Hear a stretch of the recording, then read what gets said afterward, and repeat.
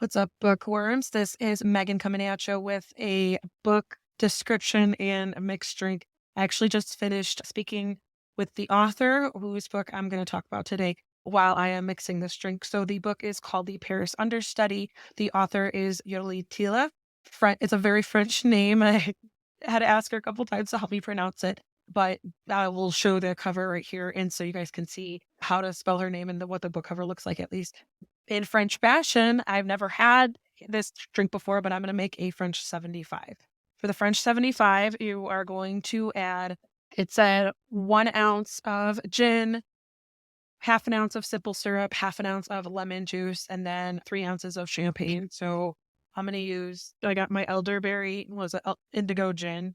I don't really like gin, but I've found a few drinks that uh, actually tastes pretty good with it. And I think it's Empress 1908. I think I really like that brand. So maybe that's why. So to describe the Paris Understudy, it's in looming World War II, like 1938 Paris, France. And it's about these two opera singers. There's Yvonne and there's Madeline. Madeline led the icon. She's established her spot in the Paris opera scene, in the opera scene.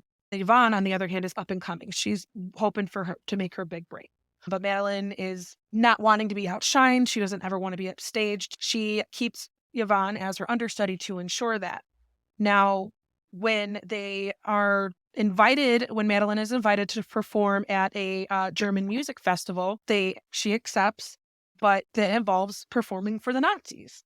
And once Madeline sees that Adolf Hitler himself will be in attendance to her performance, last second, she hightails it out of there. I can't do this. I can't perform for that man. So Yvonne makes her big break technically, but unfortunately it is behind enemy lines. When she gets back, there are people who can't quite, her reputation is shattered. Nobody wants to hire her. Nobody wants to have someone perform who fraternized with the Nazis. And all this shit goes down. We all know how World War II ends up. But we are seeing it from the France side, from these sides of, as the timeline goes from 1938 up until 1945, how Germany invades France, and the operas, their peers, the musicians, the singers, the performers, they're all the Jewish Frenchmen are all getting rounded up, and it's terrifying.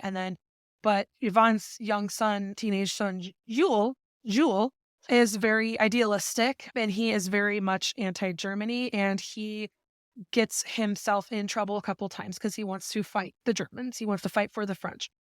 Unfortunately, in order to secure his safety, Yvonne has to use her connections that she made when she was performing for the Germans. But it's basically challenging me as a reader, you as a reader, I hope you pick it up, to really make us question, what would we do to keep our family members safe? Would you fraternize? Would you call in the favors from the Nazis in order to keep your child alive?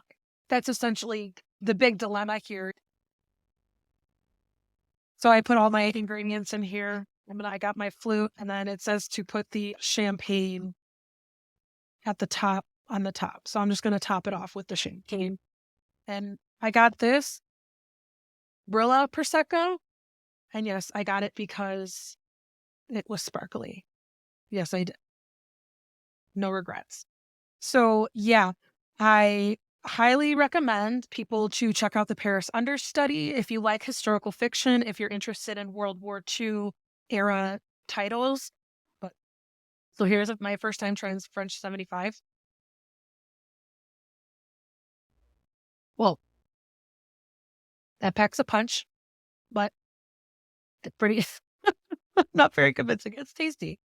I think it's just the lemon juice that's really throwing me off.